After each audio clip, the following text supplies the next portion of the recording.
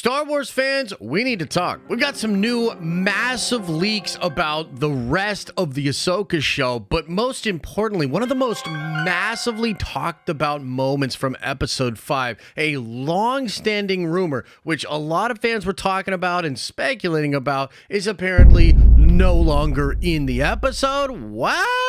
Obvious spoiler warning, this is crazy. We've got to break this down. Also, guys, I've got less than 9 days left on my Kickstarter, and I still need your help. We're very close to our goal, but this is an all or nothing campaign. So if we don't get to this 50,000 by the end of the campaign, we don't raise any money. This is a massive project with a big team of professional level talent. I'm going to link the Kickstarter in the description and in the pinned comment on this video. Less than 9 days. Go check it out. Help us to bring this dope IP to life. But okay, let's talk these Star Wars leaks because this is absolutely bananas. In December of 2020, Making Star Wars dropped one of the craziest stories they've ever dropped, all about the Ahsoka show. And in this report, they talked about how Anakin Skywalker was not only going to be in the Ahsoka show, but we were going to go into the world between worlds and we were going to see alternate timeline events that proved that Anakin was always going to fall to the dark side. Most importantly, this means a scene on Mustafar where Obi-Wan Kenobi was killed, and in this alternate timeline, Ahsoka would have stayed with Anakin, tried to get him to not go to the dark side, and ultimately would have had to strike him down on Mustafar, just like Obi-Wan did. But according to Making Star Wars, news sources have reached out to him and said that that's cut from this episode. Now, Jason Ward did say in his video, he's not 100% sure, like, is this scene still in it? He has heard that it isn't, but he doesn't know 100%, but he's leaning towards it's not in there. And, you know, look, here's the thing. When you're in the scooping game, sometimes you get a big scoop and then things change, right? So it's very possible that they just cut this scene, and I'm going to talk more about what I think is actually going on here. But ultimately, this was a huge report for Making Star Wars. It is a big L. Like, there's just kind of no way around it. Like, it's a big L, and it's a big one to get wrong. I personally, like, I'm not gonna go super hard on Making Star Wars because a lot of their reports are coming to fruition in the show. We wouldn't know much about the show at all if it weren't for their reports, and I do think they've obviously got a lot of stuff right, including some of the stuff we're going to talk about in this very video, because Jason kind of brought some new stuff up to kind of make up for getting this one wrong. But I say all of that to say, like, this is undeniably a big L, right? It doesn't ruin their credibility, but a lot of people are not going to be able to understand that this was in there, this was shot, and then it was removed. A lot of people are going to say, oh, well, you didn't know what you were talking about, etc., etc.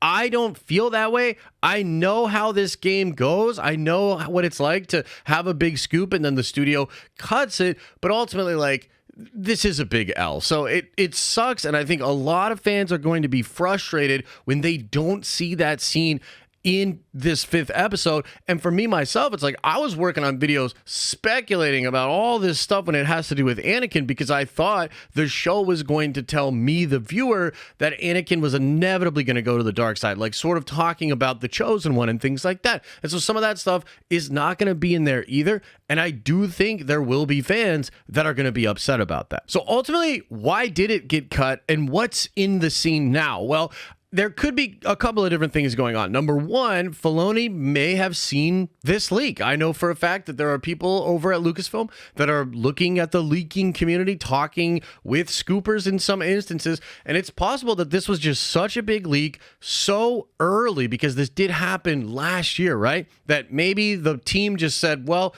we're going to go a different way because, you know, we just want to keep the surprise and we want to go in a different direction. It's also possible that they saw some of the backlash for this scene, and this is a really interesting element within this whole story, is the fact that there were a lot of people that picked up on Jason's scoop last year that were reporting about it in a really negative light. Like, there were a lot of channels talking about this sequence and making it look as bad as possible on the internet, right? They were trying to claim that Filoni was taking his cherished female character and literally replacing Obi-Wan with this character, that Filoni was in some way trying to say that Ahsoka is better than Anakin because she would have beaten him on Mustafar. There were people trying to say that like Filoni's retconning Star Wars and crapping on these really meaningful moments. And so maybe they saw some of that backlash. Maybe they thought about it and they said, you know, let's go a different way with this. This is a cool idea, but I think we can go a different way. But the most likely scenario here is that they just saw the cut and didn't feel like it actually worked with what they wanted to do. And that's because if you look at what Jason is reporting now, this scene is going to be much more focused on Ahsoka. It's also going to be a lot more ambiguous to what is actually going on in the sequence, okay? So again, spoiler warning, but you guys should know that. I mean, if you're watching this video at this point, you're in for spoilers, baby. So one of the things I found interesting in the stream where Jason was talking about this was he talked about how he had heard that that's not really Anakin that she sees at the end of episode 4 and that she'll interact with in episode 5. He claimed that he was told that this is all happening within Ahsoka's mind and that this might not even be the world between worlds and that it's not going to work the same way that the world between worlds works. But later on in his stream, he talks about how he's also heard that it's maybe just left ambiguous and it's left up to your interpretation. And we're going to talk way more about that in videos and streams because I think that's going to be my takeaway is like, if you want to interpret it the way I'm interpreting it as Anakin, as the chosen one from beyond death, reaching out and helping Ahsoka, then you can absolutely interpret it that way. But if you're just interpreting it as her having a near-death experience and just going through some memories in her head, perhaps being shown things by the cosmic force and maybe not Anakin, you can interpret it that way as well. So what I think is going on in this scene is that instead of Anakin being a spirit guide to Ahsoka and walking her through the world between worlds and sort of talking to her about destiny, the cosmic force, and her place in all of this, I actually think the world between worlds is going to sort of fade into memories, okay? And so the new reports from Jason are that most of these scenes that we're going to go through are going to be flashbacks or memories of scenes that we've never seen in Clone Wars before from different battles that will show us lessons that Anakin was imparting on Ahsoka. Like apparently there's going to be a battle on Ryloth and you're going to see that sequence. And to me, I actually think Anakin himself standing in front of Ahsoka from episode 4 might just like go right into that memory. So like the background could change and show us the battlefield and then he's interacting with her. And it's even possible that Ahsoka herself will just become her younger self, as another huge thing that Making Star Wars talked about was the fact that you are going to see a younger Ahsoka played by Ariana Greenblatt. You also will see the character of Rex, although it's apparently not Tamara Morrison. Apparently the voice is maybe Tamara Morrison, but it's a different actor who's playing Rex. And you'll see the Phase 1 and the Phase 2 armor, so likely multiple scenes with Rex. So it seems like now we're going to just get a series of Clone Wars flashbacks where Ahsoka will have memories and see Anakin again teaching her lessons. And this is so interesting. And again, we're going to have to watch it for ourselves and see what it is. But it essentially turned from this really weird spiritual thing where like maybe Anakin was showing her alternate realities and teaching her more about the Force to where now it's going to be more like a fever dream of memories where the same thing is being accomplished, right? Where Ahsoka is still being taught that destiny is a thing and that she's always going to arrive where she's at now. She was always destined to do what I think she's going to do from here, which we'll come back to. And it's still essentially the master teaching the apprentice, but now it's going to just be through these different memories. And I mean, on the one hand, it's like, I'm bummed that we're not seeing what ifs, that we're not seeing alternate realities, but maybe that's just too crazy for Star Wars.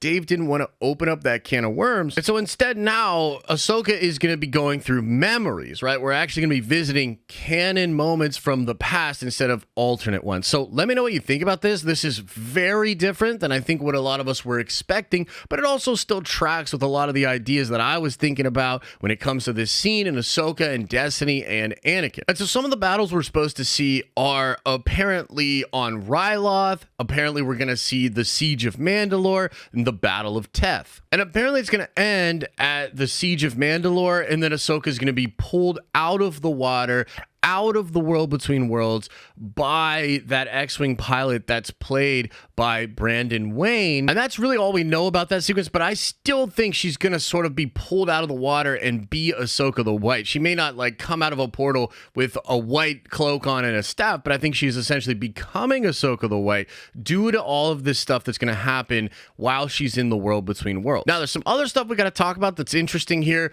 and this has to do with the end of the season, so just get out of here now if you don't want to know stuff about the end of the show. But apparently Jason has heard that not everybody that goes into this new galaxy is going to be making it back, and apparently the end of the show will see some kind of a trade-off here where Ezra will be one of the characters that comes back to our galaxy, but one of our heroes is essentially going to have to stay in that galaxy. And I think, and Jason said he believes as well, it'll probably be Ahsoka. Now, what's interesting about that is Jason also talks about how the creatives behind the scenes, which is likely just John and Dave and maybe some of these other people, they don't like the idea of just going right into the Mando movie. They wanted more time to tell their stories. And apparently Ahsoka itself sort of demands a second season, which makes me a little bit nervous, makes me think maybe they've removed some stuff from the first season to save it for the next season. And it's like, that's kind of weird. But if the show ends with Thrawn entering the new galaxy,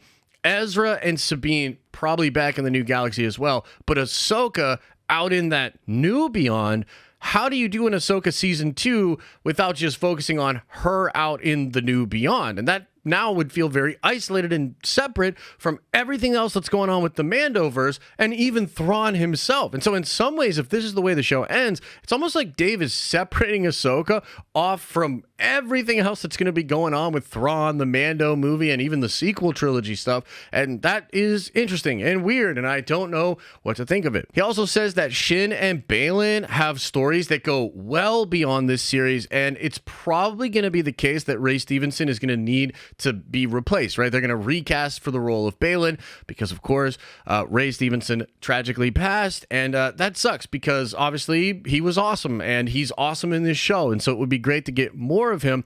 We'll see how they handle that moving forward. But again, I think the main thing to keep in mind here is that this episode in number 5 is probably going to be very different than a lot of us were thinking, and yet I think a lot of this theories and speculation, the stuff that we're talking about, is still technically possible and maybe even still technically true. We're just gonna have to watch the episode for ourselves to try to decipher it. But I figured I'd make this video because pretty much everybody knew about the Mustafar scene with Ahsoka and Anakin. It's wild that it's not in there. It seems they went a different direction with it. Would love to know your thoughts about it. Again, guys, less than 9 days left on my Kickstarter. Go support the comic book. Help me out. Help the team out. Let's get this new story and IP out there. I appreciate all the support that we've already gotten. Thank you very much. Of course, let me know what you think about the video here. And I'm going to be doing a live stream tomorrow. Normally, I would do Nerd Theory at 8 p.m. Eastern time, Monday night. Theory is going to be out of town, so I'm just going to be doing a stream